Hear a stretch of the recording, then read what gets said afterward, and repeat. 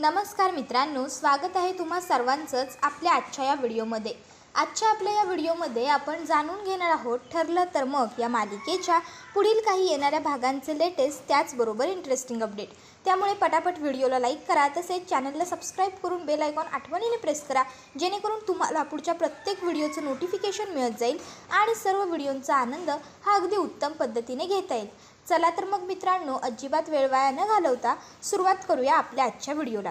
तर आता पहिलं स्क्रीनवर दिसत असल्याप्रमाणे आजच्या भागामध्ये आपण पाहतो की प्रिया ही सायलीचे पाय चेपून देत आहे आणि आता इथे सायलीचे पाय प्रिया चेपते, कारण आता प्रियाची प्रताप, सायली, अर्जुन आणि विमल या चौघांनी मिळून मोलकरीण बनवलेली आहे। आता प्रियाला मोलकरीण त्यांनी कसं बनवलं, काय घडलं, सगळं जाणून घेण्यासाठी तुम्हाला आपला हा एपिसोड शेवटपर्यंत नक्की पाहावा लागेल। चला तर मग आता जाणून घेऊया आजच्या व्हिडिओचे अपडेट। तर आतापर्यंत आपण असं पाहिलेलं आहे की आता मधुभाऊंना अटक करण्यासाठी जे पोलीस आलेले असतात त्यांना अर्जुनने अटकेपूर्वीचा जामीन हा दाखवलेला असतो आणि त्यानंतर पोलिसांनी मधुभाऊंना अटक केलेली नसते, पोलीस तिकडनं निघून गेलेले असतात।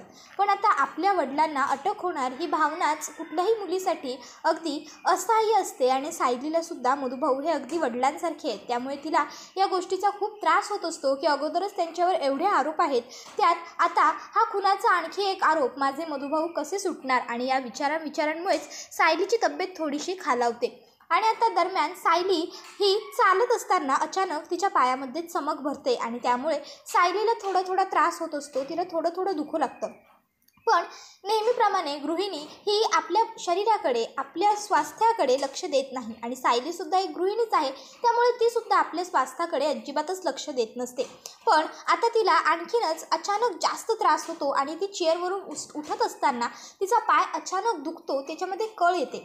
त्याबरोबर सायली पाय दाबून धरते, तर प्रिया ही मुद्दामून म्हणत असते, सायली अगं मी तुझा पाय चेपून दिला असता गं, पण आता प्रियाने पण आता असं म्हटल्याबरोबर लगेचच प्रताप म्हणतो, अगं पण आता हवायच कशाला, तू म्हणालीस ना दाबून देशील म्हणून, मग दे दाबून, आणि तू दाबून दिलंस तर तिला जरा बरंही वाटेल। त्याबरोबर लगेचच आता इकडे सायली म्हणत असते, नाही नको बाबा, गरज नाही आहे। आता खरं तर सायलीला प्रियाकडून पाय वगैरे चेपून घ्यावी अशी अजिबातच इच्छा नसते।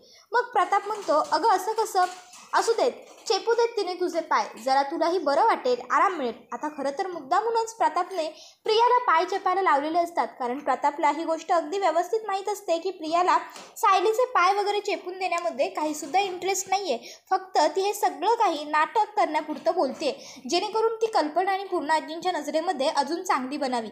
मग आता प्रताप हा बरोबर तिचा फायदा करून घेत तिला म्हणतो की ठीक आहे, मग चेपून दे तू पाय। आता लगेचच प्रिया ही सायलीचे पाय चेपायला बसलेली असते। सायलीला काही हे सगळं पटत नसतं, सायली ही प्रतापकडे बघत असते आणि बाबा कशाला हे सगळं, नको ना उगाच, असं त्याला इशाऱ्याने खुणवत असते। पण प्रताप मात्र सायलीचं काही ऐकायला तयार नसतो। तर दुसरीकडे प्रिया ही स्वतःच्या मनातल्या मनात सायलीला आणि स्वतःला दोघींनाही शिव्या घालत असते। ती म्हणत असते, नाही तेव्हा नको नको बाबा करत असते, आज काहीचं तोंड शिवलं होतं का, मी पाय चेपून देते म्हटल्याबरोबर जर नको म्हणाली असती तर काय झालं असतं, आणि हा म्हातारडा याला काय जातं फक्त चेप बोलायला, मला इथे खाली बसून या सायलीचे पाय चेपायला लावलं याने। तर दुसरीकडे आता पुन्हा ती स्वतःलाही शिव्या घालत असते, काय गरज होती पण मला अतिशहाणपणा करण्याची।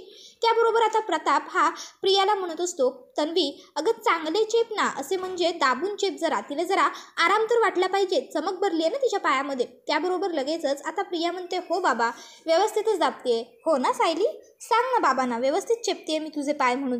त्यावर लगेचच सायली म्हणत असते, प्रिया अगं जरा इकडनं दाब ना, हा वरच्या साईडला। आता मात्र प्रिया सायली सांगत असते तसं चेपत चाललेली असते, पण हे सगळं करताना प्रियाला खूप जास्त राग येत असतो, तिची चिडचिड होत असते। तर आता इकडे सायली ही प्रियाकडून छान सेवा करून घेताना आपल्याला पाहायला मिळते। बिचारी सायली ही नेहमी राबत असते, आज पहिल्यांदाच आपण तिला सेवा करून घेताना या व्हिडिओमध्ये पाहतोय। तर लगेचच आता इकडे प्रताप हा म्हणायला लागतो, चल मग तन्वी, आता सायलीला बरं नाही आहे तर मग घरातली धाकटी सून म्हणून जबाबदाऱ्या तुझ्याही आहेत। त्या दिवशीच तुझा नवरा अगदी ओरडून सांगत होता ना की या घराचे मालकीन आणि मालक जसे अर्जुन सुभेदार आणि सायली सुभेदार आहेत, तसेच अश्विन सुभेदार आणि त्याची बायको तन्वी सुभेदार सुद्धा आहे। मग जर घरावरती मालकी हक्क सांगणारी सायली घरातली सगळी कामं करते, तर मग घरावर मालकी हक्क असणारी तू सुद्धा सगळी जबाबदारी घेतली पाहिजेस ना। मग आता सायलीला बरं नाही आहे तोपर्यंत घराची सगळी जबाबदारी तुझ्यावरती. त्यावर आता इकडे प्रिया ही मोठ्या तोऱ्यात म्हणते, हो बाबा चालेल ना, मी काही नाही म्हणणार आहे का जबाबदारी घ्यायला. आता खरं तर इकडे मूर्ख प्रियाच्या मनामध्ये असा फालतू विचार आलेला असतो की ही सायली जरी माझ्या हाताखाली नसली तरी ती विमल आहे ना, मी त्या विमलकडून सगळी कामं व्यवस्थित करून घेईन आणि जर घरातलं कोण तिथे इतक्यात आलंच तर मग मी तिच्या हातातली ती जी काही झाडू वगैरे असेल ती घेईन आणि मी तिथे काम करायला लागेन. आता मात्र इकडे प्रियाने छान प्लॅन बनवलेला असतो. तर प्रताप हा लगेचच आता सायलीला म्हणत असतो, सायली बेटा जा, तू जा आणि जरा आराम कर, तुला आरामाची गरज आहे, आराम केलास की तुला बरं वाटेल. तर आता इकडे सायलीला चालता येत नसतं. मग लगेच प्रताप हा प्रियाला म्हणतो, चल मग तन्वी सुरुवात इथूनच कर, सायलीला जरा आधार देऊन तिच्या खोलीपर्यंत घेऊन जा. त्यावर सायली म्हणते, नाही नको बाबा जाईन मी. प्रताप म्हणतो, अगं कशाला जाशील, आहे ना तुझ्यासाठी ती, तुम्ही आश्रमात एकत्र लहानाच्या मोठ्या झालाय, एकीमेकीला लहानपणापासून ओळखता, बरोबर ना तन्वी, जाशील ना तू तिला घेऊन. त्याबरोबर लगेचच इकडे प्रिया नाटक करत म्हणते, हो बाबा का नाही. सायली अगं कशाला लाजतेस तू मला, या अगोदर मी तुझ्यासाठी काही केलेलं नाही आहे असं तू का दाखवतेस, मी तुला मदत करायचे ना आश्रमात, आज असं समज की आपण आश्रमातच आहोत. त्याबरोबर लगेचच प्रताप म्हणायला लागतो, किती मदत करायचीस ते आता तुलाही माहिती असेल आणि तिलाही, जा घेऊन जा तिला वरती. त्यानंतर आता इकडे प्रताप हा मनातल्या मनात म्हणत असतो, तन्वी माझं घर फोडायला निघाली आहेस ना, आता बघ तुला कशी अद्दल घडवतो ते. आता खरं तर प्रतापने प्रियाला चांगलाच धडा शिकवायचं ठरवलंय, कारण आत्तापर्यंत प्रतापने प्रियाची प्रत्येक गोष्ट सोडून दिली होती, पण आता मी या मुलीला सोडणार नाही, कारण हिने माझ्या दोन्ही मुलांमध्ये फूट पाडण्याचा प्रयत्न केला आणि ती हिची सगळ्यात मोठी चूक होती असं प्रतापने ठरवलेलं आहे. तर आता इकडे लगेचच प्रिया ही सायलीला आधार द्यायला लागते आणि तिकडनं घेऊन जात असते. इतक्यात मध्ये तिला विमल दिसते. प्रिया विमलकडे बघते आणि म्हणत असते, विमल तू जरा. त्याबरोबर विमल म्हणते, मला पूर्णाजींना कॉफी बनवून द्यायची आहे आणि प्रताप साहेबांना सुद्धा चहा द्यायचा आहे, आले हा मिसर. आणि मग लगेचच आता ती प्रतापला चहा आणि पूर्णाजीला कॉफी बनवण्यासाठी म्हणून तिकडनं निघून गेलेली असते. आता मात्र इकडे प्रियाचा नाईलाज झालेला असतो. प्रियाला आता सायलीचा हात पकडून तिला अगदी काळजीपूर्वक व्यवस्थित तिकडनं घेऊन जायला लागत असतं. सायली म्हणत असते, प्रिया अगं तू किती नाटकी आहेस, म्हणजे स्वतःच्या स्वार्थासाठी तू कितीही खालच्या थराला जाऊन नाटक करू शकतेस ना. खरं तर आज हे सगळं करण्यात तुला अजिबात काहीच रस नाही आहे, पण समोर पूर्णाजी आणि आई होत्या म्हणून तू खरं तर हे सगळं केलंस, बरोबर ना. त्यावर प्रिया लगेचच म्हणायला लागते, ए सायली तुझी सेवा करत बसायला मी काही तुझी नोकर नाही आहे, समजलं. त्यावर सायली म्हणत असते, अगं नोकर नसलीस तरीसुद्धा धाकटी जाऊ आहेस की माझी, कालच नाही का आम्ही धाकटे आहोत का म्हणून आरडाओरडा केला असतो तू, फुकट कांगावा. त्याबरोबर लगेचच प्रिया म्हणते, ए जास्त शहाणपणा करून माझ्याशी बोलायचं नाही या, जितकं बोलायचं आहे तेवढंच गरजेपुरतं बोलायचं. आणि मग प्रिया आता सायलीला रूममध्ये सोडते आणि तिकडनं खाली आलेली असते. आता ती विचार करत असते की बापरे, आता हा म्हातारडा माझ्याकडून नेमकं काय काय कामं करून घेणार आहे, सून बोलून देवालाच माहीत. नाही मी या म्हाताऱ्याला काही माझ्याकडून जास्त कामं करून घेऊ देणार नाही, मी आत्ता पळ काढते असा विचार ती करते. आणि बाबा मला माझ्या एका मैत्रिणीकडे असाइनमेंटचं काम पूर्ण करायला जायचं आहे असं सांगते. त्याबरोबर आता लगेचच प्रताप तिला म्हणायला लागतो की अगं तन्वी असं काय करतेस, तू एक काम कर, तुझ्या मैत्रिणीला घरी बोलव, म्हणजे काय होईल, ती तिचं काम करत बसेल आणि जर तिला एखादी गोष्ट कळली नाही की वाढली तर मग तू तिच्या मदतीसाठी इथे आहेसच, काय वाटतं तुला. त्याबरोबर मात्र प्रिया म्हणते, काय मैत्रिणीला घरी बोलू. त्यावर प्रताप म्हणतो, हो, आणि अगं त्यामध्ये असं डचकण्यासारखं काय आहे, अश्विनचे त्याचबरोबर अर्जुनचे कितीतरी मित्र आपल्या घरी अभ्यास करायला यायचे, ते लोक स्टडीमध्ये बसून अभ्यास करायचेच, मग तुझी मैत्रीण आपल्या घरी अभ्यास करायला आली तर काय हरकत आहे. कल्पना तुला काही अडचण आहे का. कल्पना मानेने नकार देते. पूर्णाजी तुला काही. त्यावर पूर्णाजी नकार देते. आणि मग लगेचच प्रताप म्हणतो, अश्विनला तर काही अडचण नसेलच, उलट त्याला तर बरंच वाटेल की तुझा सुद्धा ताण वाचला, घरामध्ये बसून तुझं काम झालं. त्याबरोबर प्रिया म्हणत असते की नाही नको बाबा, ते काय आहे ना, माझी ती जी मैत्रीण आहे ना ती इतकी काही खास नाही आहे घर वगैरे दाखवण्या इतकी, राहू देत ना, मी नंतर जाईन तिच्याकडे. त्याबरोबर लगेचच आता इकडे पूर्णाजी ही प्रियाला म्हणायला लागते, तन्वी बाळा तुला कामाची फार सवय नाही आहे, तुला जमेल का ग हे सगळं एकटीनं करायला.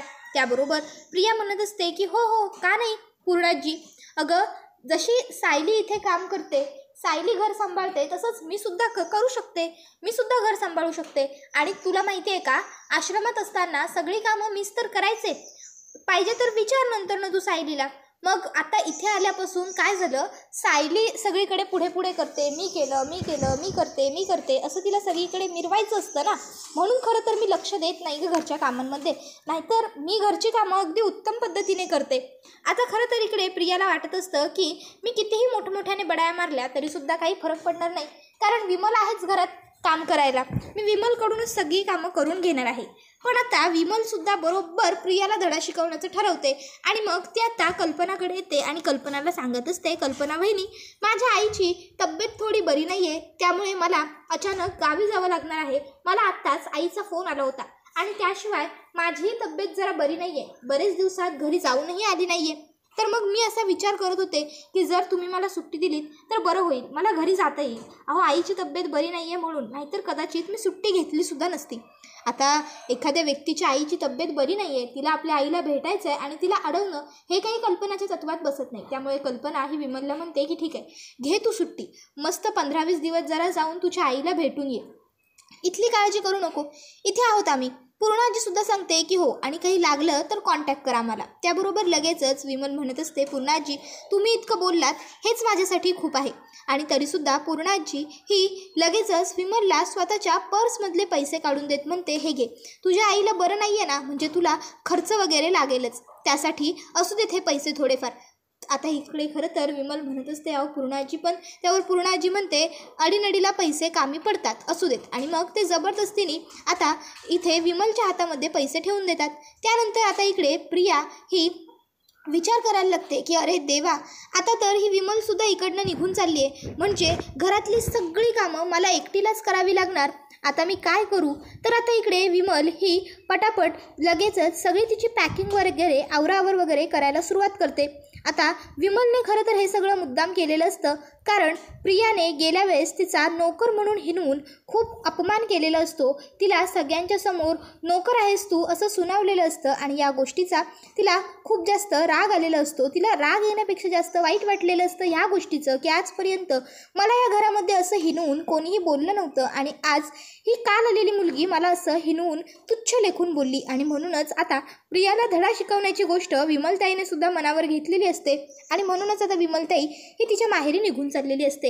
आता विमलताई घराच्या बाहेर पडल्यावर प्रताप हा लगेचच प्रियाला म्हणत असतो, तन्वी तू एक काम कर बाळा, सगळ्यात अगोदर सुरुवात ना झाडझटक करण्यापासून कर आणि नंतर मग तू भांडीकुंडी वगैरे तुला काय घासायचं आहे ते कर, पण घरातली सगळी माणसं घरात येण्या अगोदर, सगळी म्हणण्यापेक्षा तुझा नवरा आणि अर्जुन हे दोघंही कामावरून घरी येण्या अगोदर स्वयंपाक तेवढा तयार ठेव, म्हणजे कसं आल्या आल्या मुलांना भुका लागलेल्या असतील, पटापट जेवता येईल आपल्याला. त्याबरोबर प्रिया म्हणते, हो बाबा चालेल ना, मी पहिलं स्वयंपाकच आवरायला घेते आणि मग त्यानंतर स्वयंपाक भाजी वगैरे गॅसवर ठेवून मग मी झाडलोट करून घेते. आता प्रियाने भाजी करायला तर घेतलेली खरी असते कोबीची, पण तिला कोबी कसा कापतात हेही धड माहीत नसतं. त्यामुळे आता प्रिया ही कसा पण कोबी चिरत असते. त्यानंतर ती पोळ्या बनवायला घेते. पोळ्यांचंही पीठ तिला काही व्यवस्थित कणिक मळता येत नसतं. त्याबरोबर आता इकडे प्रिया म्हणते की आता चला मी लादी पुसून घेते आणि मग ती लादी पुसायला येते. लादीसुद्धा तिला व्यवस्थित स्वच्छ पुसता येत नसते, कारण सगळ्या लादीवरती प्रिया पाणी तसंच ठेवत असते. तिला व्यवस्थित स्वच्छ कपडा पिळूनच घेता येत नसतो. आता सायली प्रियाची ही सगळी गंमत बघत असते. प्रियाला खूप जास्त त्रास होत असतो. तिला कळत नसतं की बापरे, ही सायली रोज रोज ही सगळी कामं कशी करते, हिला कसं काय जमतं हे सगळं करायला. भिकारडी, हिच्यामुळे आज मला हे सगळं करावं लागतंय, कुठे एवढा हिचा पाय मोडत होता असं सगळं ती म्हणायला लागते. पण त्या सायलीची खरं तर काही चूक नव्हती, खरी चूक माझीच होती असं ती म्हणत असते. तर आता इकडे प्रिया ही भांडी वगैरे घासत असताना तिला सायलीचा खूप जास्त राग येत असतो. तिला वाटत असतं की ही महाराणी आता माझ्या जीवावरती आराम करणार, तर मोठी आली शहाणी. आता इकडे या दोघींचं हे सुरू असतं. सायली बघत असते, प्रिया कामं करत असते. सायली मनातल्या मनात खुश होत असते, प्रिया चिडलेली असते मनातल्या मनात, पण आता ती चेहऱ्यावरती तर खूप आनंदी आहे. घरातल्या सगळ्यांचं सगळं एवढं ती प्रेमाने करते असं सगळं ती दाखवत असते. आता जेवण वगैरे बनवून झालेलं असतं. घरातले सगळे सदस्य जेवायला बसलेले असतात. आता प्रियाने सगळ्या पोळ्या करपवलेल्या असतात, कडक बनवलेल्या असतात. भाजीत मीठ हळद घातलेलंच नसतं. भात हा कच्चा पक्का शिजवलेला असतो. डाळीमध्ये तर तिखटच घातलेलं नसतं. आता हे सगळं जेवण सगळे सगळेजण बघतात आणि सगळ्यांच्या तोंडचं पाणीच पळतं. सगळेजण म्हणतात की नाही नाही नको, आम्हाला जेवणच नको आहे, आम्हाला वाटलं तर बाहेरून काहीतरी खाऊन येऊ. हे जर जेवण जेवलो तर पोट आणि तब्येत दोन्ही खराब होईल. त्याबरोबर लगेचच आता प्रिया ही मनातल्या मनात म्हणायला लागते की जर खायचं नव्हतं तर मग बनवायला कशाला सांगायचं होतं, उगाच माझी एवढी मेहनत पाण्यात घालवली. आता घरातले सगळेच जण मला जेवण नको, मला भूक नाहीये असं म्हणायला लागतात. त्यावेळेस सायलीच्या लक्षात ही गोष्ट अगदी व्यवस्थित आलेली असते की सगळ्यांना भूक ही लागलेली आहे, पण आता प्रियाने हा जो काही फालतू थडकला स्वयंपाक बनवलेला आहे त्यामुळे कोणालाही काही खाण्याची इच्छा होत नाहीये. आणि प्रिया ही पूर्णाजींची आणि कल्पनाची लाडकी असल्यामुळे त्या दोघींनाही प्रियाला काही बोलताही येत नाहीये. मग आता काय करू असा विचार आता सायलीला पडलेला असतो. तर दुसरीकडे प्रताप म्हणत असतो, उगाच मी तुला जेवणाची जबाबदारी सोपवली, तुझ्याऐवजी कल्पनाला सांगितलं असतं तर तिने हळूहळू छान स्वयंपाक बनवला असता. सायली रोज किती उत्तम स्वयंपाक बनवते. त्याबरोबर इकडे आता मात्र प्रियाचा चांगलाच तिळपापड होत असतो. तिला वाटत असतं मी एवढी मेहनत केली थेरड्या आणि तरीसुद्धा कौतुक तुला त्या सायलीचंच आहे का. तर आता दुसरीकडे लगेचच प्रताप हा सायलीला म्हणत असतो, सायली बाळा स्वयंपाकाचं काम तेवढं तू बघ, बाकीचं सगळं करायला तन्वी आहे. काय तन्वी. आता मात्र इकडे प्रियाला काम करण्यामध्ये अजिबात रस नसतो. पण आता प्रतापने असं विचारल्याबरोबर ती म्हणायला लागते की हो बाबा चालेल ना, सायलीने उलट जेवण जरी नाही बनवलं तिने मला शिकवलं तरीसुद्धा मी शिकून घेईन. त्यावर लगेचच आता पूर्णाजी तिला म्हणायला लागते की हो तुला सायलीकडून जरा जास्तच गोष्टी शिकून घेण्याची गरज आहे. जेव्हा तिला वेळ असेल तेव्हा तिच्याकडून जरा स्वयंपाक वगैरे शिक, म्हणजे तुलाही 4 गोष्टी चांगल्या जमतील. त्याबरोबर आता इकडे प्रिया म्हणत असते हो नक्की शिकेन मी पूर्णाजी, तू काही काळजीच करू नकोस. त्याबरोबर आता इकडे सायली ही सगळ्यांना म्हणते मला काय वाटतं सगळ्यांनी उपाशी झोपण्यापेक्षा 15-20 मिनटं थांबा, मी 15-20 मिनटामध्ये पटकन दाल खिचडी बनवते आणि मग गरमागरम दाल खिचडी, अचार आणि पापड तुम्ही लोक जेवा, तुम्हाला जरा छान वाटेल. त्याबरोबर आता सायलीने असं म्हटल्यावर सगळेजण म्हणतात जर 15 मिनटात होणार असेल तर आम्ही थांबतो. सायली पटकन 15-20 मिनटामध्ये दाल खिचडी बनवते आणि सगळ्यांना जेवण सर्व करते. आता सायलीने दाल खिचडी इतकी टेस्टी बनवलेली असते की दाल खिचडी खाऊनच सगळ्यांना खूप छान आनंद वाटलेला असतो. सगळेजण म्हणत असतात की अशी दाल खिचडी आम्ही कधीही आमच्या अख्ख्या आयुष्यात खाल्लेली नाहीये. तर इकडे मात्र प्रियाचा संताप होत असतो की दाल खिचडीमध्ये एवढं काय खास असतं, दाल खिचडी तर दाल खिचडीसारखीच लागणार ना, उगाच कौतुक करायचं म्हणून कसलंही कौतुक करतात. इकडे पूर्णाजीला सुद्धा सायलीच्या हातची दाल खिचडी खूप जास्त आवडलेली असते. तरी ते प्रिया मनातल्या मनात म्हणत असते की जर ह्या सायलीकडूनच बनवलेलं खाऊन घ्यायचं होतं तर मग मला कशाला कामं लावली. आणि मग आता लगेचच प्रिया ही झोपायला तिच्या खोलीत आराम करायला गेलेली असते. त्याबरोबर प्रताप तिला पुन्हा हाक मारतो आणि पुन्हा अगं जरा घरातून पुन्हा एकदा केर कचरा काढून घे असं सांगतो. दुपारी घरामध्ये धूळ माती खूप येते ग. त्याबरोबर आता प्रिया लगेचच झाडू घेऊन धूळ कचरा साफ करायला लागते. मित्रांनो एकंदरीत पाहता या व्हिडिओमध्ये प्रिया फक्त आणि फक्त आपल्याला काम करताना पाहते, कारण सायली, अर्जुन, विमल, प्रताप या चौघांनी आता प्रियावरती सूड उगावलेला आहे. कारण प्रियाने अश्विनमध्ये आणि अर्जुनमध्ये भांडण लावण्याचं खूप मोठी चूक नाही मित्रांनो, तर खूप मोठं पाप, भीषण पाप करण्याचा प्रयत्न केलाय आणि आपल्या नवऱ्याच्या डोळ्यात पाणी आलेलं कोणत्याही स्त्रीला सहन होणार नाही. आणि तेच आता सायलीच्या बाबतीत सुद्धा झालं. आणि मग सायलीने आता प्रियाला अद्दल घडवायचं ठरवलंय आणि आता त्यासाठी तिने सुरुवात सुद्धा केलेली आहे. आणि या सगळ्यामध्ये तिला प्रताप आणि विमल त्याचबरोबर अर्जुन सगळेजण मदत सुद्धा करत आहेत.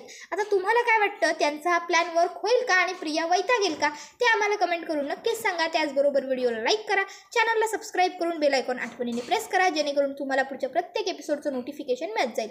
चला तर मग मित्रांनो, टाटा बाय बाय, धन्यवाद, टेक केअर.